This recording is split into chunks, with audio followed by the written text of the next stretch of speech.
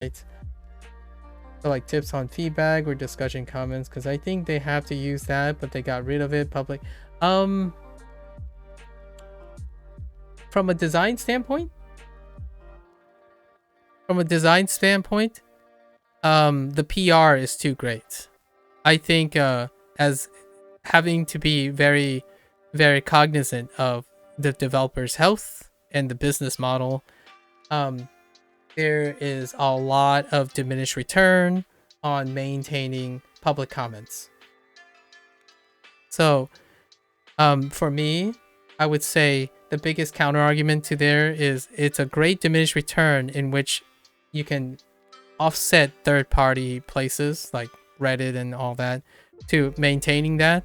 But in terms of PR, public comments, and whatnot, I already talked about YouTube video comments and stuff all the time, and I'm nobody. So imagine if the design, there is a very clear business and health work environment concerns for incorporating public comments. It happens a lot when something like this is of this scope, of this magnitude. And to me, this product is quite remarkable in both its flaws and its accessibility. However, to me, I generally like the concern of those who maintain the things. So having public comments and feedbacks, that can be offset to like all the other platforms that people like anyways. Think about pulling the full brunt of X comments and subreddits being littered into Duolingo. That actually, in the long run, I would say statistically likely to hamper and destroy the integrity and distract the integrity of this product over providing constructive feedback. In fact, the large majority of my sub, even though I'm not even affiliated with Duolingo, a lot of 80 to 90% of the remarks are deconstructive, badgering, and vengeful and emotionally charged commentary. So if I were taking that as a small reflection of what public comments would be in Duolingo, it would be a disastrous distraction. In my opinion, humbly. This is purely anecdotal. And I'm not even a popular person. So, I can't only imagine what kind of typhoon or disaster to maintaining a public comment section for Duolingo. This is selfishly a bit of why I'm learning. I know they had it, and I know why. I can very well understand why they removed it. Many people were very happy. You can continue to do confirmation bias and pick on people who are happy, but a large number of people are unhappy enough to take it away. It's not about the bottom line of how many people are happy, it's how devastating a small population of vocal minorities can be to a larger population. And as much as I love spouting the sunshine and rainbows can cloud a very, very vocal naysayer, we all know the damages that can occur from a single, very strong, powerful, resonating voice on the internet. Like, it's not to be underestimated. It's strong enough to create an entire ecosystem, an entire microcosm. But why would explanation be devastating? Because they're not explanations. You like to choose to explain that everyone has goodwill, but here I am still continuing to experience the brunt of incredibly emotionally charged naysaying. So whether that is conducive to environment, the echo chamber is incredibly powerful. So it takes one to create a whole like army or a crusade against it. What is statistically my experience? Have you tried streaming Duolingo?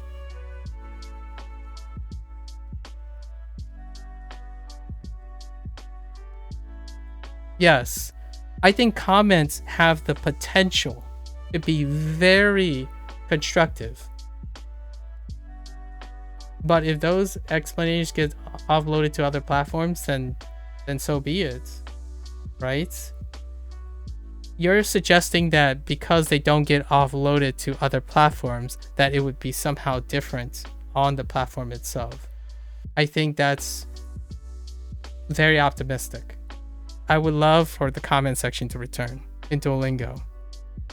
If you stream Duolingo and hear the comments or experience even the comments that I experience when it's a live situation, I can't even imagine what it's like in a static situation where you have to invest so much more ways to curate and moderate the comments.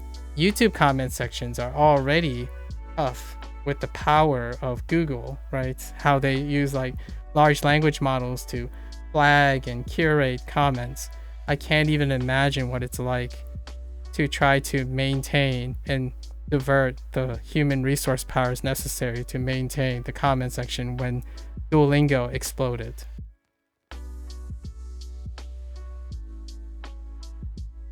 This is selfishly a bit why I'm learning Mandarin, since I feel I can craft a system in an application site that can basically teach everyone the language effortlessly. I understand Mandarin well enough. I see. With Japanese, that's a harder problem, but if I do it once when Mandarin, I can learn from the experience to apply it to Japanese. Ah, I see. Comments are more than just explanations, but it overlooks the negativity and moderations required to result in those explanations. Yeah. Duolingo decided that it wasn't within the best interest of their business to maintain it. That's pretty much what I came to the conclusion of. I see many people asking for explanations on Reddit now for things on Duolingo, and even those comments that people complain. They are witch hunted on those. You would think, like, to me, I often thought of Reddit as a place where even microcosms of commonality would bring them together. But naturally, even for a testing ground for an existing comment section, anything that deals with Duolingo is often red flagged and witch hunted and moderated.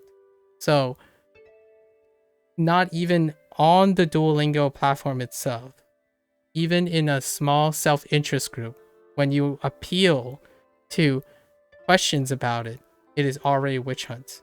So in my opinion, humbly so, I don't run the business for Duolingo or the developer's health. The people who are responsible for maintaining Duolingo, the experts and stuff, that type of thing being loaded onto something that they have to deal with every single day, I can't even imagine that. It's so rampant.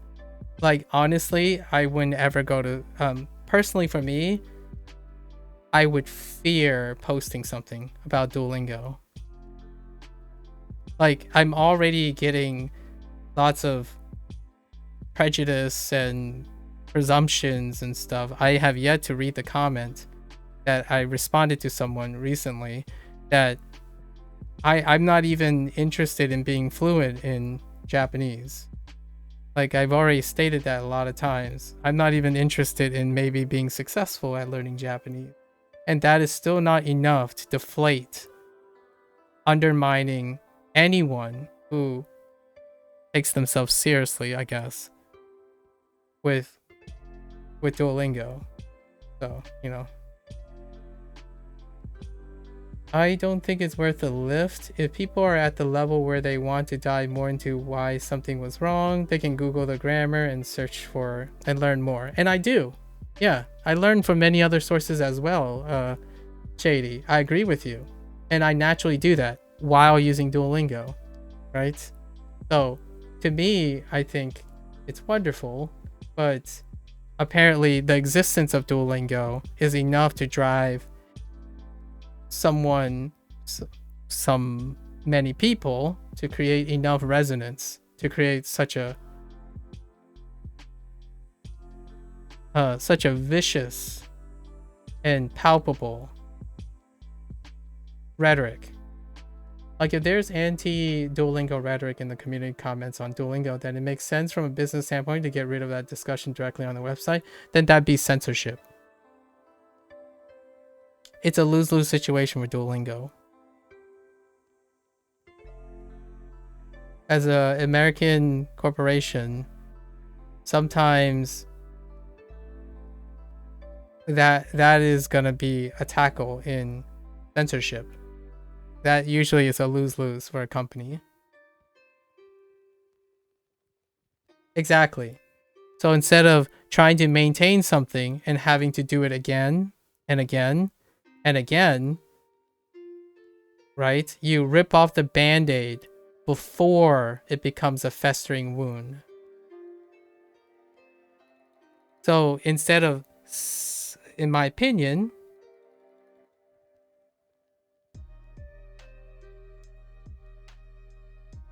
this is also get into the toxic part of the language learning community, which always bothers me. It's one of the most I'm better than you communities on the internet, especially when it comes to Japanese. That's the impression I got. I talked about it a little bit too. Even my analyses of like my personal anecdote, like collection, my like cursory collection, it's kind of poetic, and at the same time, it's very reflexive. Like, it's amazing how poetic it is, like the Japanese culture in a way, like how extreme it is, how strict and how pure it is, right? And I love that. At the same time, it's a dual thing. It's two sides of the same coin.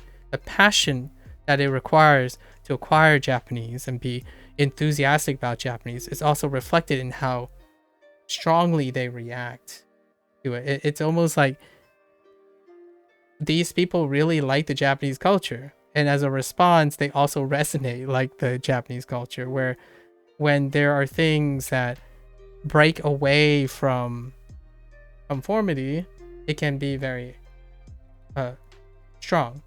And I talked about like the dualities between like how English has a lower bottom line than Japanese, but that's a really long discussion for another time.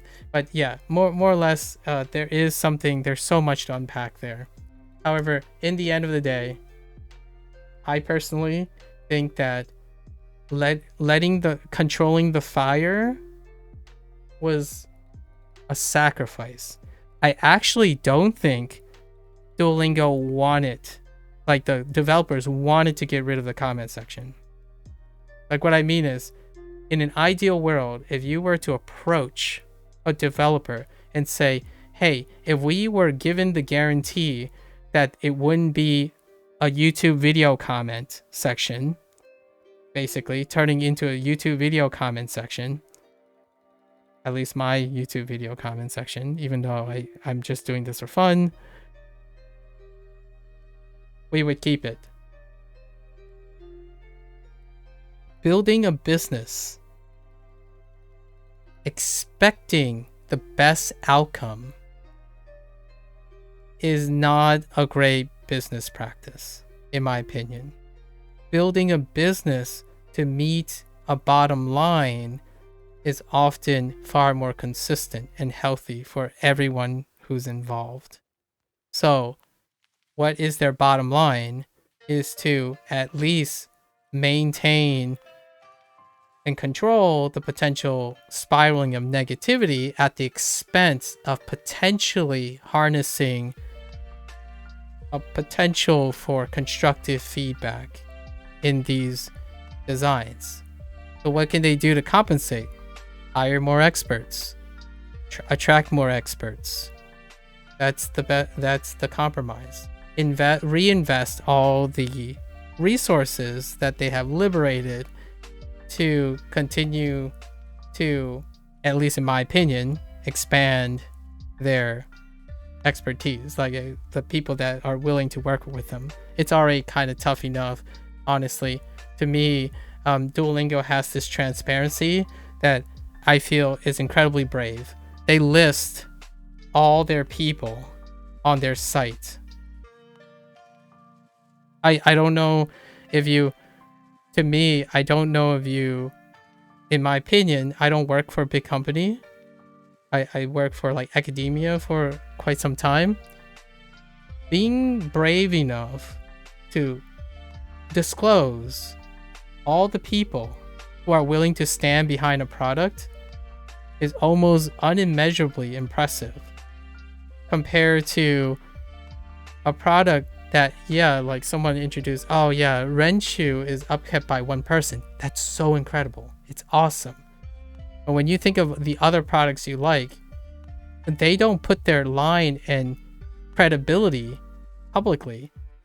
And Duolingo has a lot of fiery, like, doomsayers, and they can all see who works at Duolingo. So inherently, when you're throwing criticism like, oh, this thing sucks, like this thing sucks, these aren't even experts. Those people you see that are listed in Duolingo's staff site, those are those people. So it sucks, but I fear for people's health a lot of times more than, because this is a product. You don't have to use it if you don't want to. Right? You don't have to use Duolingo if you don't want to. If you're a sucker to using Duolingo, I can kind of concede that it might be a little bit of a sense of betrayal. However, honestly, the people who are most vocal voluntarily don't use the product. My job back from 2019 to 2022 was building a website that taught Japanese, and it was one of the most exhausting things I've ever done. Language learning application is a very hard problem with a hyper opinionated user base. I tend to be more sympathetic towards application developers because of this. I am someone who wanted to try my darndest in teaching, and I wanted to remain teaching in formal education. And knowing the things about welcoming public opinion, especially public opinion from inexperienced people, is a wildfire. It is so mentally exhausting. So oftentimes when you think of formal education, you often think about it as an enclosed in the classroom, right? This is kind of what, in my opinion, a situation that's synonymous with Duolingo. You have people who provide a structure. They design that structure, and you can choose to buy into that structure or not. Whether they choose to allow comments or not is go find a platform that allows comments, right? It's perfectly accessible. If you need a comment section, Duolingo gets to choose if they want to include a comment section. Otherwise, you can find another tool and another place that offers probably better things, that offers a comment section, and then flourish from that, right? If Duolingo doesn't have a comment section, it's actually something novel, as opposed to the standard expectation that you use a language thing to have constructive feedback from other people. Those are two different models. So choose the model that fits you. It's crazy, in my opinion, that when other apps adopt a Duolingoism that is undesirable, it's bad, it's becoming like Duolingo. And then meanwhile, they want Duolingo to become like other products.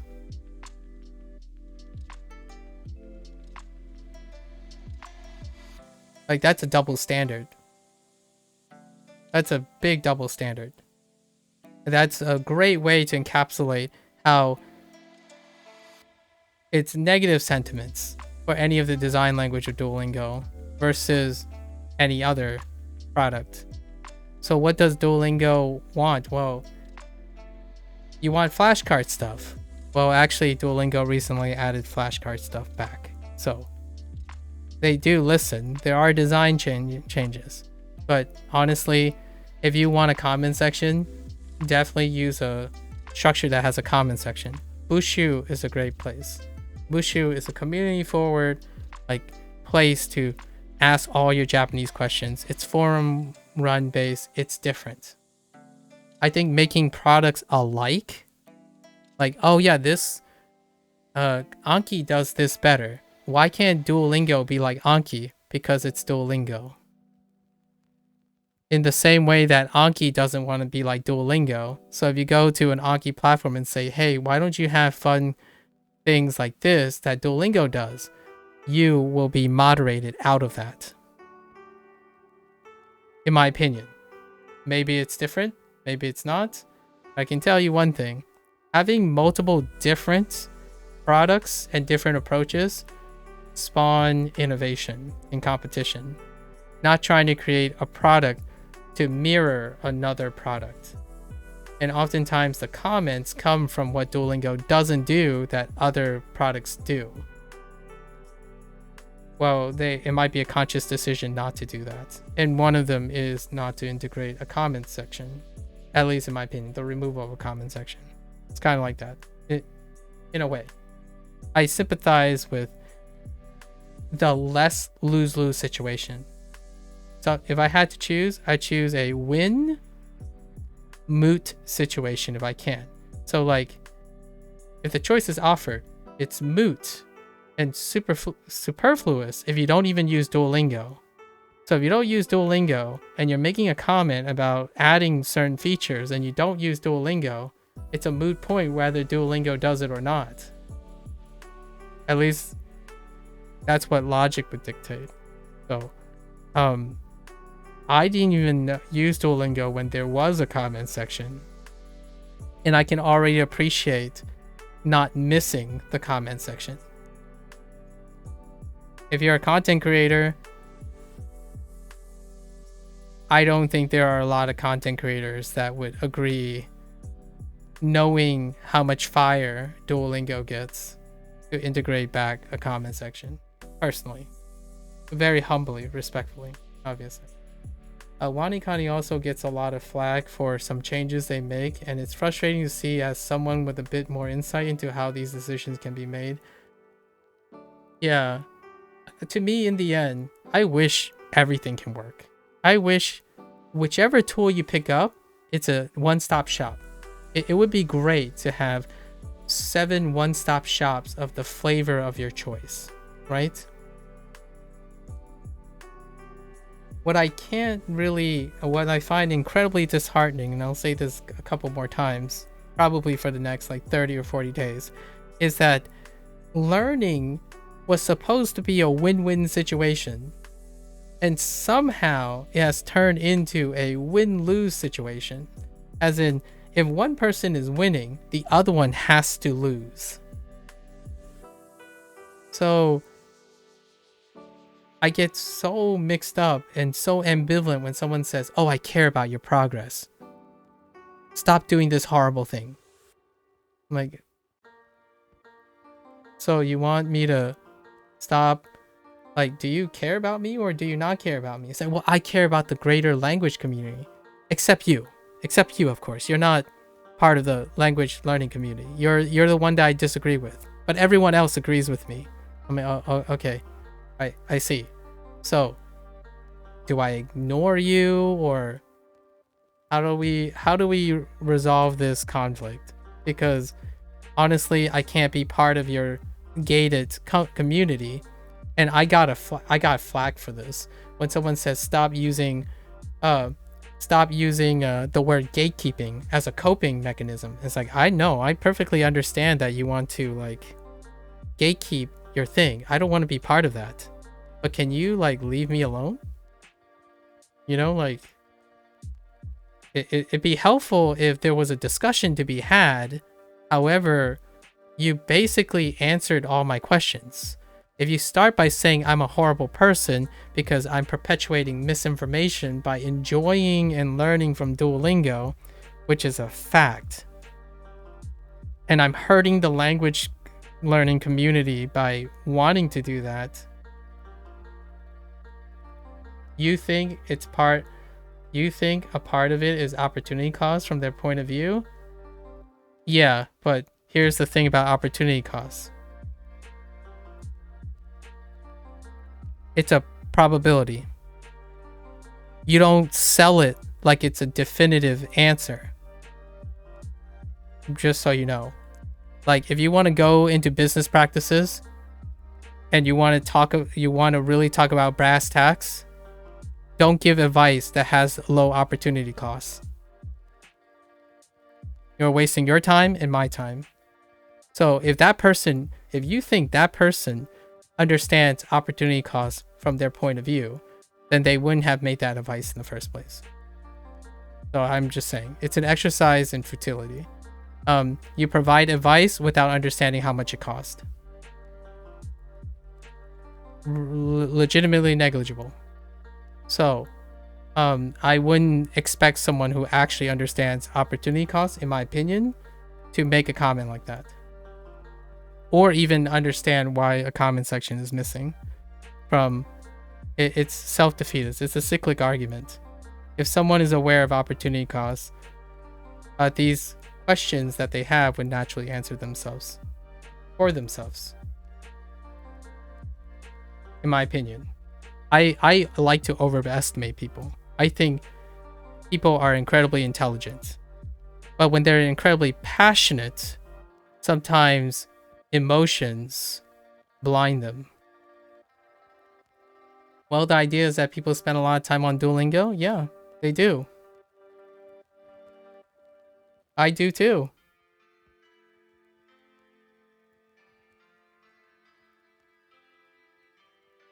Is it voluntary?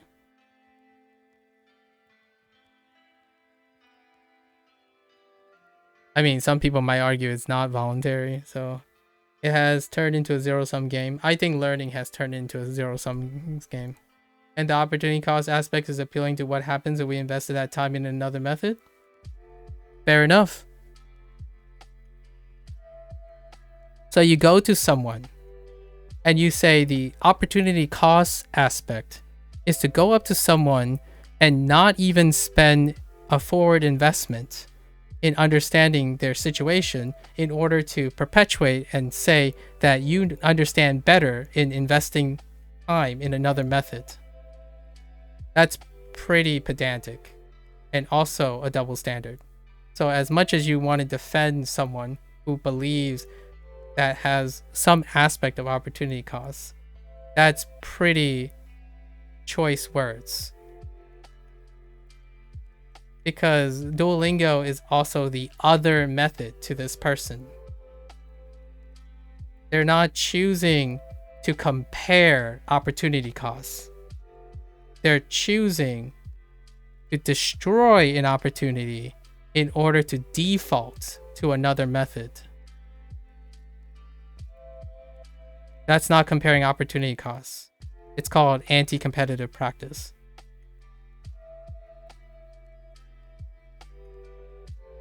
If the other product doesn't exist, there's no concern for opportunity costs. At least from my opinion. You think you can convince yourself that, personally. I think people get too wrapped up in making something their identity, and that applies here to it does. Indeed. Whenever something changes, people feel like they had part of their identity change without their consent, which isn't a position they should be put in the beginning. That's understandable.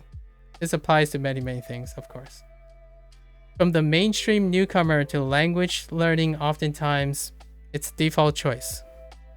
So naturally, you want to attack the default choice in order to establish rapport and opportunity costs. Fair enough, Cupcake, if that's what you're trying to suggest. My critique is on the approach of how they go about doing it. Your critique is defending their intent. I believe they have noble intents. Most people who are language learners come from noble intent. The intent is to maximize opportunity costs. Their execution is different. So regardless of their intent, you are saying what their arguments are. I agree, but you're not telling me something new here, right? So I agree with you. That's their argument. But I think there's a giant dissonance between There's also the business aspect. I understand. That's what we've been talking about as well. There's a great business aspect of it. In fact, it's a great business aspect of it in which they don't understand. So that's fine. I mean, I don't understand it. Where many methods suggest don't involve that, that's fine. That only accentuates the ignorance, in my opinion, but I digress. We'll probably let this rest a little bit because I'm sure I'm going to get a lot more of this from any stranger who is okay. My perspective is that the zero-sum game is a lose-lose situation. So in the end of the day, regardless of what noble intents or suggestions or something, putting down other people in order to raise your position is something that feels almost antagonistic to learning. Learning has become a competitive process instead of a synergistic process. When you talk about comments, you're talking about how successful it is in another system versus how to make it work in the system you're proposing. Oftentimes, products need to be part of the best product, not a different product. So you don't have two different learning language apps. You want the same learning language app. So one app has to be cannibalized for the other one to exist. There's no mutual coexistence.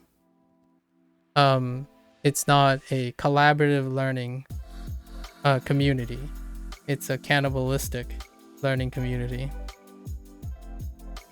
At least in my opinion. For now. Maybe it'll change in the future. My sentiments might change in the future.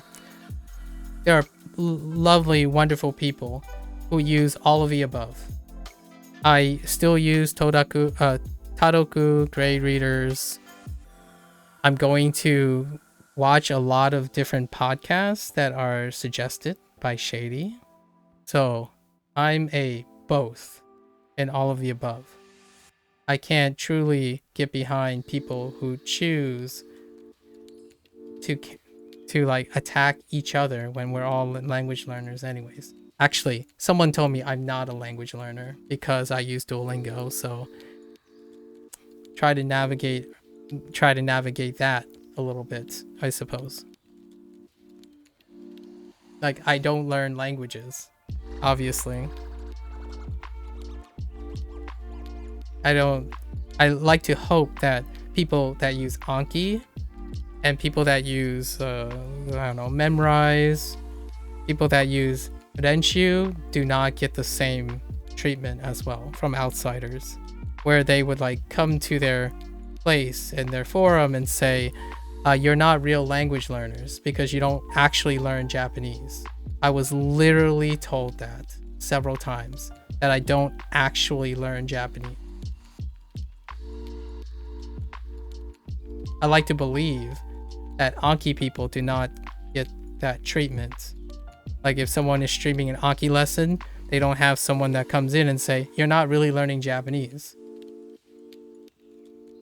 So before we talk about nobility and good graces and encouragement of language learning as a whole, I would like to believe that that issue would be solved a little bit first. And I actually think many of the people that I talk to on a daily basis, some of them still believe that I don't actually learn Japanese. They don't say it in front of me, but I actually think in the back of their head, they're like, you could do this better with something else. Like, you could actually be learning real Japanese. I mean, native Japanese speakers tell me that.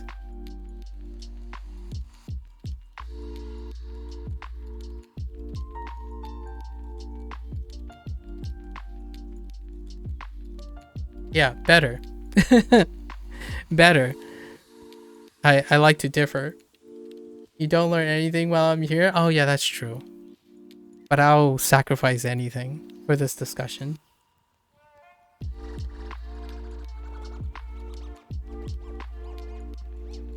I don't, and for the record, guys, for the record, Cupcake, I absolutely love your challenge.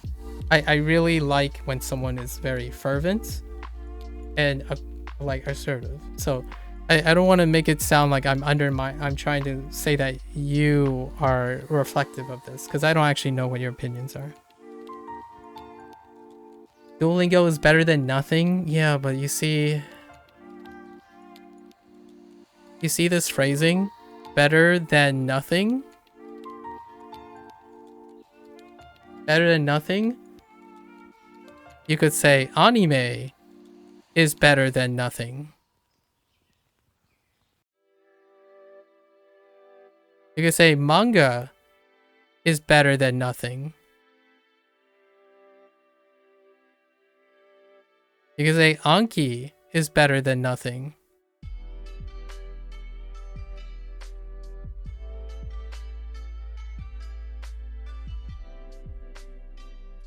And then you said the real question is how much motivation the learner has. Yeah. Oh, are you leaving? Okay, take care.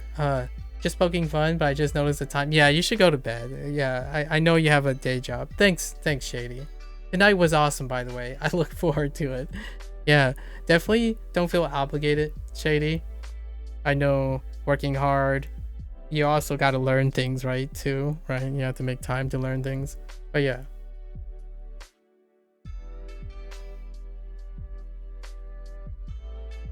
I'm trying to refute the argument of you aren't learning Japanese by using Duolingo. Yeah, I already tried. I already did that. It's I understand, Cupcake.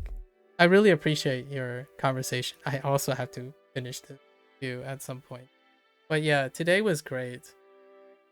I don't actually feel very sour about any of this. I think it's part of the experience.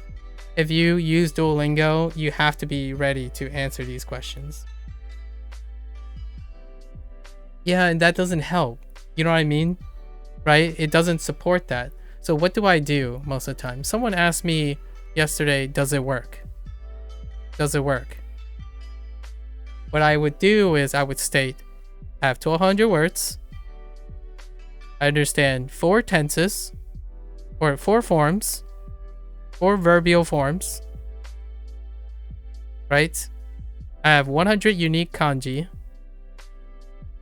in total recall, and these 100 kanji have 200 use cases because of reuse. So what I do is I counter by actually revealing the specifics, as opposed to saying, oh, I'm learning Japanese. See, trust me. So whenever this comes up, I actually am keeping track of all of these things. So I statistically demonstrate that. And if you want to see how my progress works, visit video 26. I think it's 26 anyways. And video 53. And then more recently, video 76. And then tell me if I've learned anything. I'll let the other person decide. But they can't even be bothered. They can't even be bothered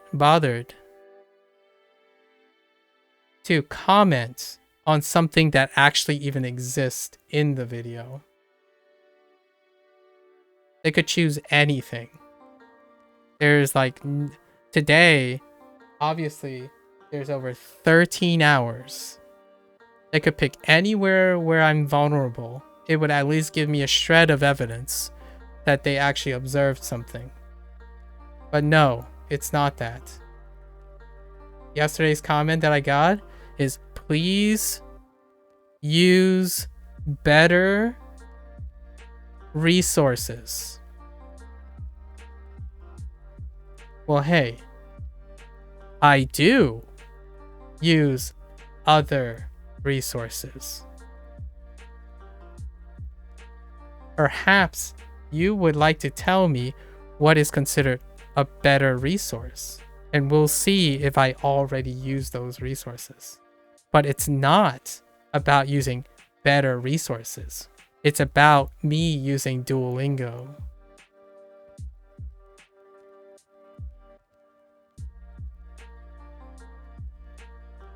That is the difference. Because someone asked me, does Duolingo work? I give them this. And then I tell them, I double check on Tofuku. And then they ask me, can I read anything yet or speak Japanese? Or like listen to stuff? I tell them, well, it depends.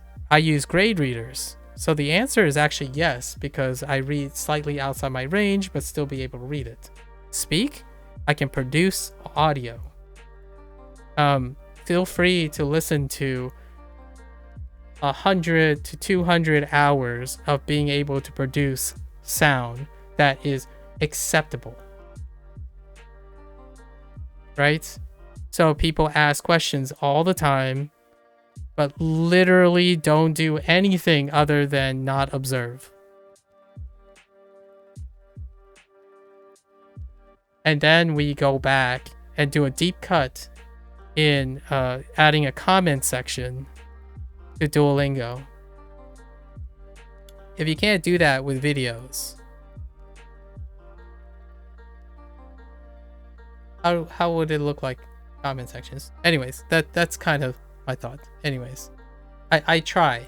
So I try to answer the best I can. If that's not learning Japanese, it doesn't matter to me.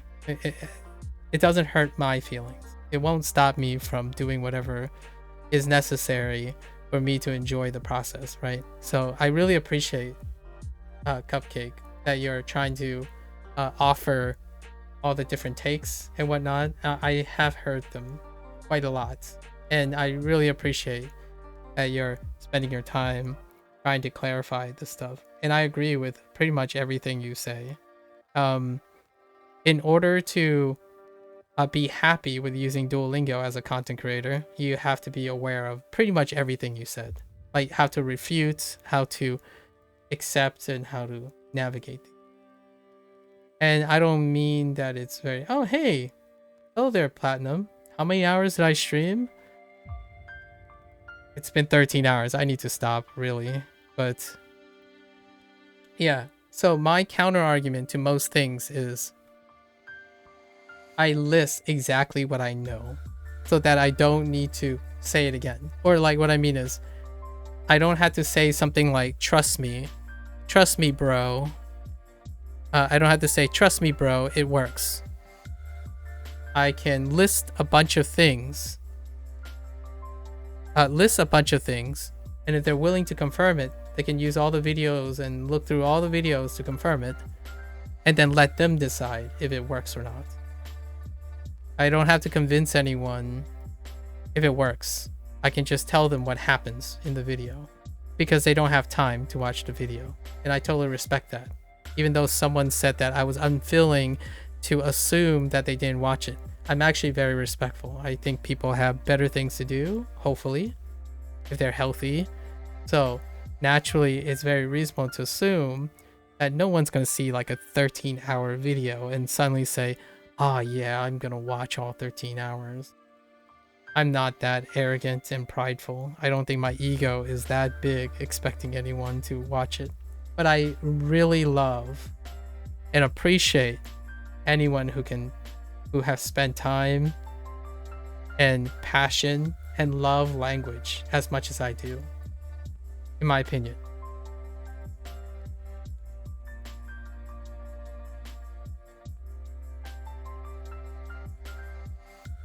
Artist. Hypothetically, just out of curiosity, okay. Go ahead. と話したいですか? It's been 13 hours. Why didn't I take a rest? I met someone. Platinum. We got so deep into conversation. It was so much fun. and then now I haven't finished. Those stats you said, right? I know X of this, okay? Sure. Go ahead.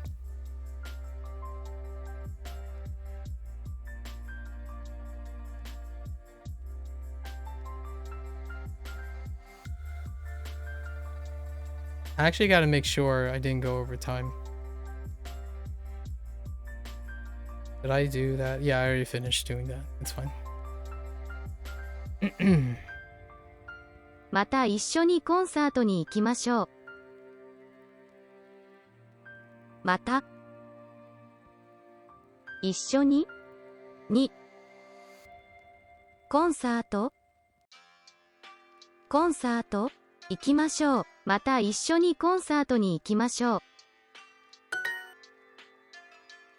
If you invested the same amount of time into another method that yielded more of I know X of this,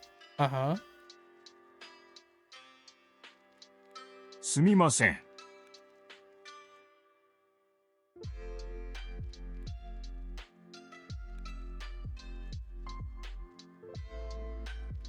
もう、うち、に、帰ります。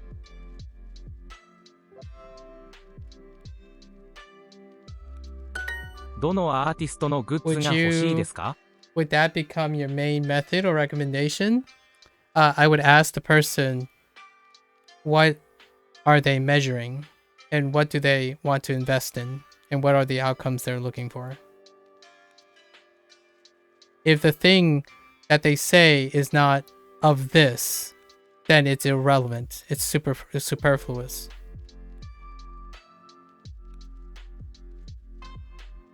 If it is that, I would suggest the one that does it better.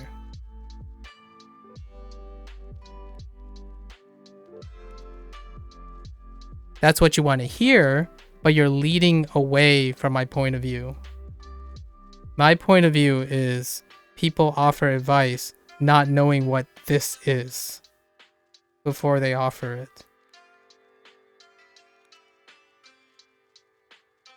Someone said, please use a better resource.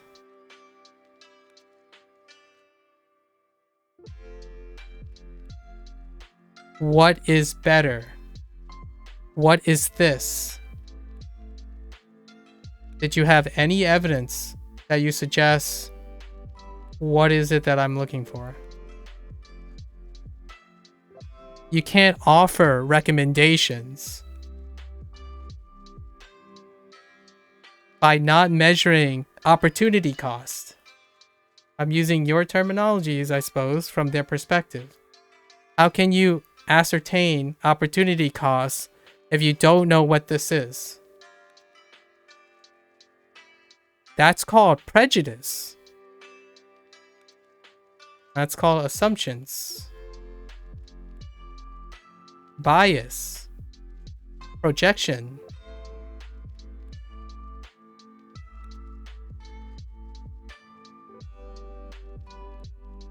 Yes, I said with Duo, I know X of this because that person asked, does it work? Does it work? And before you talk about it, I actually clarified. Okay, so to clarify, because you are not seeing the full picture because I don't have time to explain the full picture, but let's explain the full picture. I actually said, to clarify, by it, do you mean Duolingo? Do you mean Duolingo? Right? You can also see the comment. It's public.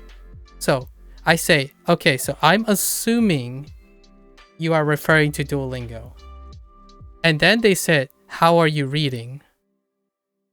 Did you learn anything? Did you speak anything? And I actually spent the first paragraph saying my presumptions, the things that I'm presuming and assuming. So in order to clarify what that person is looking for, I told them, can you excuse me? To clarify, I am assuming these things. Please correct me if I'm wrong. Here are the following things that I think may answer those questions. And it's in that comment section. So I inquire about what that person is valuing first. And then I list those things. But for the sake of our discussion, I used that without the preface because I wasn't going to spend the whole time doing all of that. So, yes, I do clarify how I recommend things and how I make methods on things, because I first inquire about that person, because better is subjective. So you start by knowing what your opportunity costs are.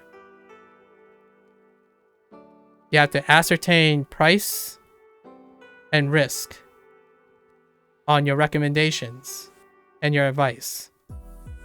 It starts by understanding who your quote-unquote client is.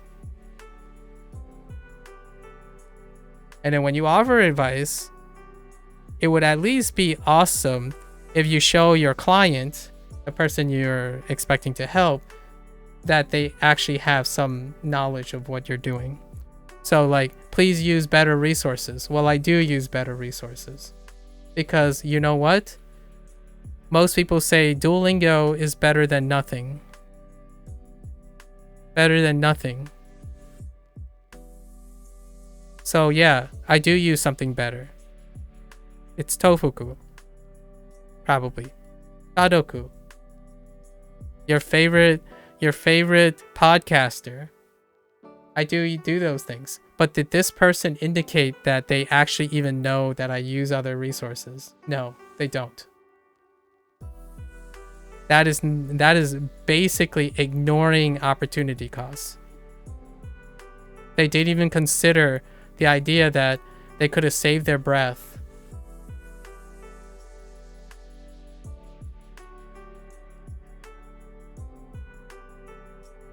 When you want opportunity, you have to establish rapport. But you don't even establish rapport. If we're talking about business methods, man, talk about an exercise in rapport first before offering advice. Free advice is still poor business practice, by the way, just so you know. It's actually poor business practice. However, I prefer to do that.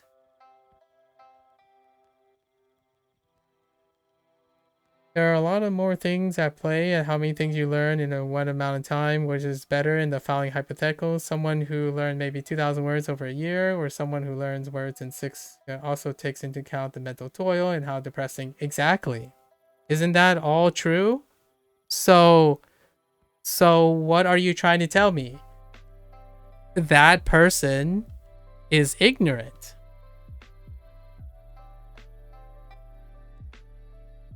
There are so many things at play. The best you can do is ask the person how aware they are. And then what you do is you make a recommendation, if they insist, to the best of your ability. That is totally different than prescribing a panacea.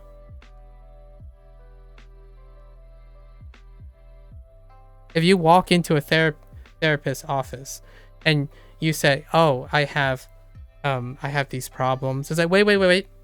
Your problems are X, Y, and Z. This cures everything. It's the best way. It catches most things. Follow these rules. Get out. Goodbye. I don't really... that's even irrelevant compared to trying to offer statistics or anything like that.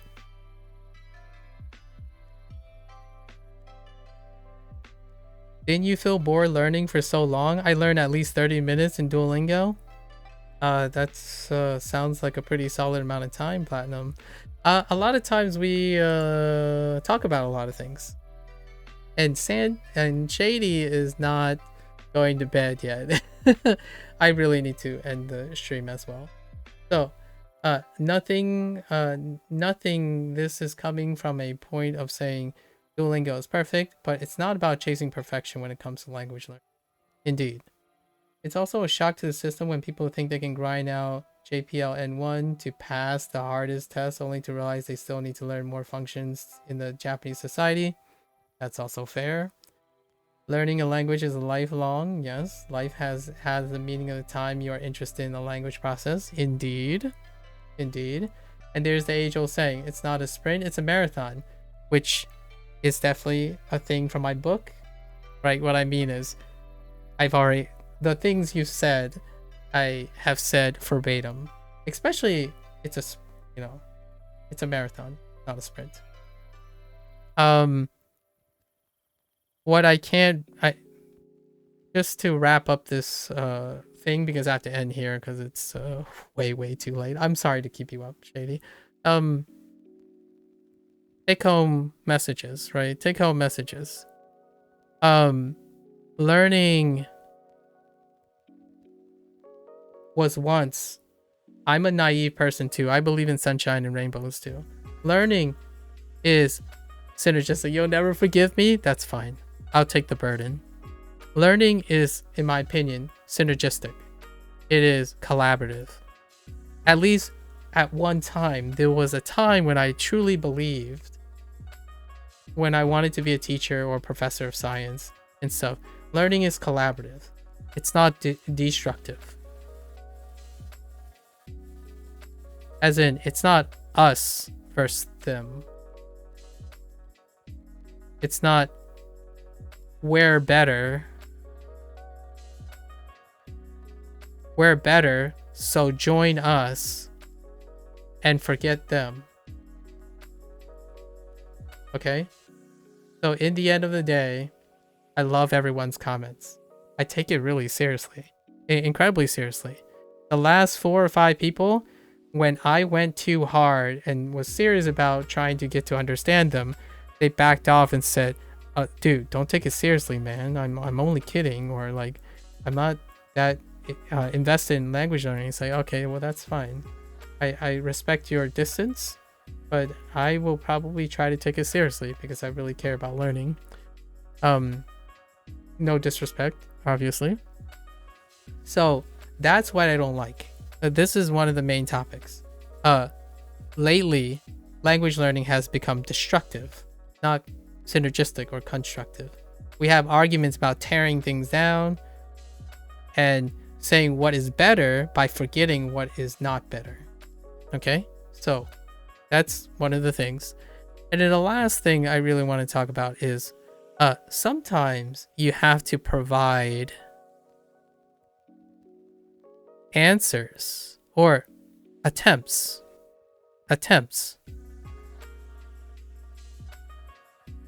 at what people want from you, as opposed to what you want to do. Because in my opinion, if I start saying the things I want to do by not understanding what they want from me, I'm doing the same thing they're doing, as in ignoring them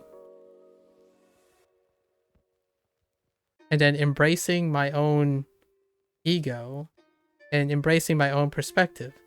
So when I said I learned, it's even more detailed than that. I actually break it down even further. I spend 6 hours a day, right? There's a one-to-one discussion breakdown. I actually do this. I've done this over 6 times already. 6 hours, 1.1 day. I have a 3-day cycle. I can break down the schedule of how I approach Duolingo. And then I tell them this word, a cumulative amount of time in these words, what my recall percentage is, what my total recall percentages, like contextless recall, right? All these things I can explain to the best of my ability if they want it. So if they don't think any of this thing is relevant, then I won't mention any of it. And then I allow them to interpret it. I don't want to treat anyone like some condescending person who's higher up on a food chain and say, you can't interpret data. You can't interpret this. It's subjective. So I when someone asks me, does it work? I'm like, I don't understand what it means to work. You haven't qualified what it means to work. You haven't qualified what it means to read, what you qualify. So, hey, I'm making these assumptions. If any of this helps you guide whatever it is, this is some of the information I know. Let me know if this means it works. Let me know that this means I can read Japanese. Let me know if these examples that are recorded and shown represents your subjective metrics for what it is. Because if none of these are, then please look elsewhere, because Duolingo doesn't work for you. If learning 1,200 words in 6 hours a day in 82 days means it doesn't work, then you know, right? You know this doesn't work for you. You want 6,000 hours in six, I don't know, 6 days. Sometimes it's absurd, but if you want those, you have to find someone else. I obviously couldn't do it, but the thing is, I'm not telling people what to think about the thing I present. I personally would love the respect to allow me the opportunity, or even them do it themselves, to observe these things and then tell me that I need a better resource. So when they say I need to use a better resource, I want them to ask me, what did I do?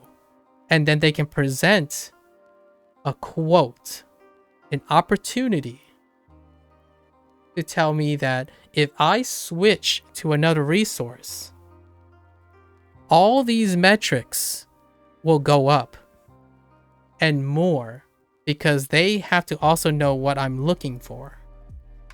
So when you're offering me a product, right? If I go to a marketplace and a business person comes up, like, what do you need, my friends? What kind of features and stuff do you need? Well, I have all these metrics right now. Like, my old car gets this mileage, my thing. Can you give me something better for a price? Well, first of all, prove it. I will give you my data. Tell me. And then offer me a better upkeep, and I'll take it. I don't even need that, actually. Most people, like, if someone established trust, right? If someone established rapport, I trust them already. I certainly respect you. Respect is default for me. So you get my respect until you lose it. Right? Until you lose it. But for trust, I take people's advice all the time when I trust them, because they spent time under at least trying to know what's going on. But if you don't even establish rapport, how can you make a business transaction? Like, you can't make a business transaction without even knowing who you're dealing. Who are you making business transactions with? And I believe exchange of ideas, in my opinion, exchange of ideas. Hey, Ina, hello there. Exchange of ideas is still a transaction. I will trust a lot of things Shady says because my bottom line is very low. And I will pretty much, if you have a suggestion cupcake, I largely will probably entertain that suggestion as well. That's kind of how that works, right? So I understand that people view things with business, but they certainly, in my opinion, don't make lots of business transactions. Sometimes the best deals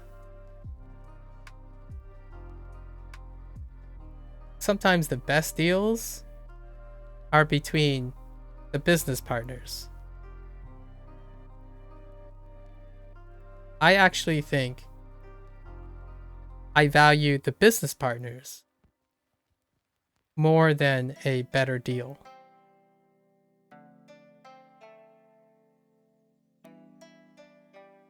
So I'd rather pay more for a better business partner.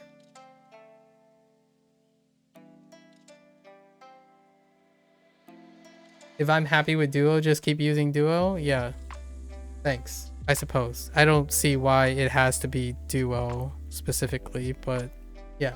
If I'm happy with what I'm doing, I'll probably continue doing it, and people who are happy will continue to be happy with me because we'll help each other, not discourage each other, at least in my opinion. What am I talking to? I'm talking to someone on stream, on Twitch, Platinum. I'm talking to someone on Twitch, but I gotta end because I'm way over time. But this has been a really, really wonderful thing to talk about. And I can assure you that this won't be the last time I talk about it, for sure. It's been less than a couple days since I last talked about this. So I really thanks for entertaining my ramblings. I'm sure in the future, maybe another 30 days from now or 60 days from now, I'm gonna be answering so many things that came from this discussion, and it'll be interesting how I take care of it, or like if my perspective changed about it. But yeah, thanks again. So didn't quite complete this, but we'll complete this tomorrow. I actually was underestimating how long I've digressed, but we'll get it done tomorrow. I couldn't resist. I think it's a super brilliant question. Lots of nice ideas and hypotheticals, right? All right.